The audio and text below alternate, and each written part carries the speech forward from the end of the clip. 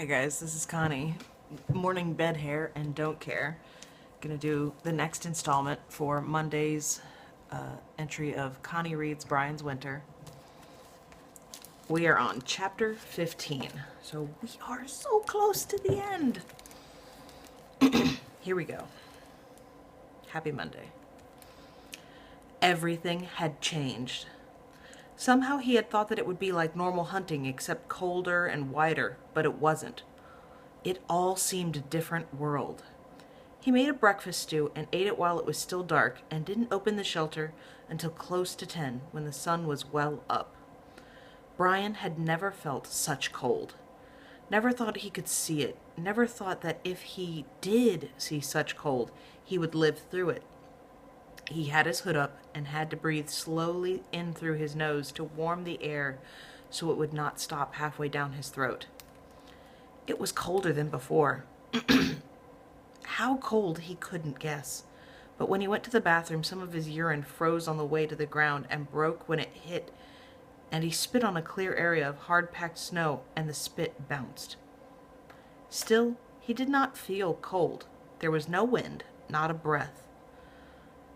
And he soon warmed inside his parka as he walked and started to hunt.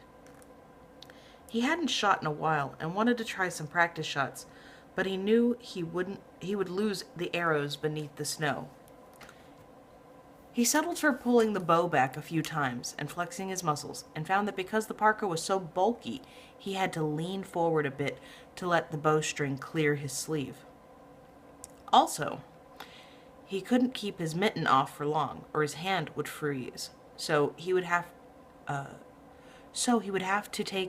have time to shake the mitten off before shooting.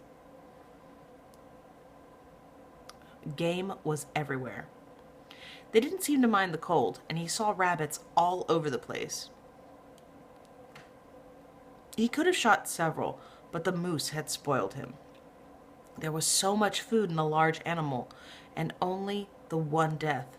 It still bothered him to kill, and it seemed more proper in some way.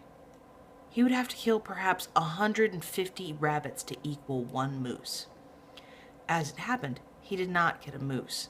He didn't even see a moose. He saw their tracks, and they looked fresh, but after following a moose track for more than a mile and seeing no moose and no change in the track, he decided it was impossible to tell a fresh track from an old one in the powdery snow. They all looked the same. He was working backward toward camp and had decided that he would start trying to hit rabbits when he saw the deer. It was a buck with only one antler. Brian guessed the other one had gotten knocked off or had never grown, but the buck was good-sized for all that. Nowhere near a moose, but large for a deer, and Brian studied the layout carefully. Brian was on a small rise, and the deer was slightly below standing on the edge of a round, frozen pond about 50 yards away. Much too far for a shot. The deer was in snow up to its belly, biting the tips off small red willows, eating them slowly, but its ears swiveled constantly, and Brian knew he could move no closer directly without being heard. But down and to its left, as he faced the deer, there was a shallow depression that angled toward the buck. Not quite a ditch, yet deep enough to hide everything but his head as he moved, and Brian carefully raising and moving his snowshoes forward slowly, a step at a time, only just clearing the snow, moved down the depression. He watched the deer, only lifted his foot to move when the deer had its head down to bite a willow. A step, another step, slowly, so slowly, and in what seemed hours, he'd moved sideways and 15 yards closer. 35 yards. Still too far. Twice too far.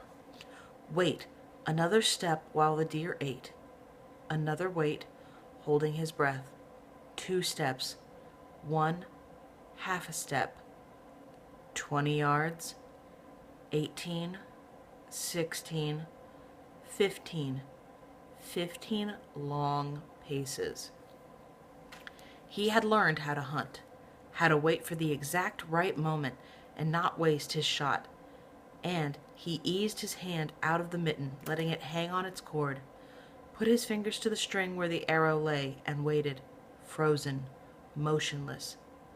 The deer looked right at him, stared at him, then looked down, back up, stamped its right foot, looked at him again, and, finally satisfied, turned to take another bite of willow. It would not get better. Brian raised the bow carefully, drew, looked to where the arrow would go, where he wanted it to be, and released. There was a slight thrum of the string, and the arrow leaped away from the bow. The deer heard the sound, had time to start to turn its head, and then the arrow disappeared into its side, just to the rear of the shoulder. Nothing happened. Brian stood still, holding his breath, the bow still out in front of him. The deer stood, staring at him, seeing him now, feeling the pain of the arrow that had gone into the top of its heart, but still staring, and then settling down on its front end slowly as Brian had walked, then down with its back end, and the head curving over to the back, until the one antler rested on its shoulder, and it died that way, looking back, up at the sky. Forever, Brian thought. It took forever. With the moose, there had been violence, the charge, his killing lance, but this was a kind of murder. I should have missed, he thought, still standing with the bow out in front of him. I should have raised my hand, and the arrow would have gone up a bit, and I would have missed. Should have missed. In hunting terms, it was a perfect kill, and it made Brian feel perfectly awful. The deer had been eating, just eating, hadn't known he was there, and the arrow had taken it. He shook his head. He had done what he had to do, and it was finished. He had taken meat, and it would be wrong now to waste it. He moved to the dead buck. It was a large deer. Before the moose, he would have considered it huge, but he had learned much from handling the moose, and he gutted the deer, and peeled the skin back from the belly up to the back on one side, then rolled it and skinned the other side until the hide was free. There were chunks of yellow-white fat on the carcass, and hanging on the skin as well, and he left them attached for the moment. He had a lot of daylight left, but there was much work to do as well, and he started in cutting the legs free, as he had with the moose, then chopping the back into pieces. Again, he left the head intact and cut it free from the hide, and set it up in the crotch of the tree. He still could not bring himself to look at the eyes, though they were clouded and dull.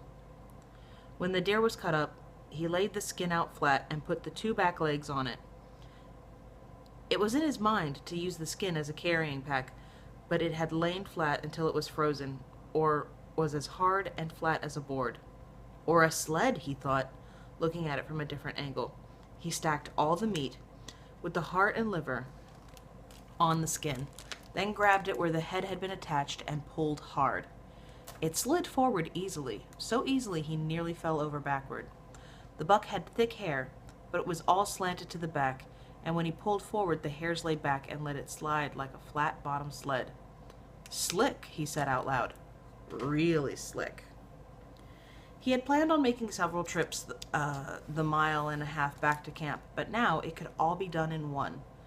So he took his time, sliding the hide along behind the snowshoe tracks and getting back to the shelter well before dark. "I am fat," he said, looking at all he had. The rest of the moose, all the firewood he had gathered, the shelter, and now the deer. "I'm set. Now all I have to do is..." He couldn't think of a word. He wanted to say play, but he didn't think in terms of playing any longer. Or maybe it was that he considered it all play. That night he splurged and didn't boil meat. Instead, he cut a steak off the deer and broiled it on sticks over the fire. It wasn't perfect. The sticks burned, and the meat fell into the fire twice, and he lost all the juice in the flames, and it smoked up the inside of the shelter so that he had to open the door to clear it out. But it was good. The fat had cooked and burned a little, and he ate until he thought his stomach would burst. During the night, a change awakened him, and he lay with his eyes open in the dark until he realized that a breeze had come up and that the temperature was rising and the hard bite cold was gone and there would probably be some snow coming. He didn't care. He missed summer and the short fall that hadn't followed, but in some ways he liked winter better.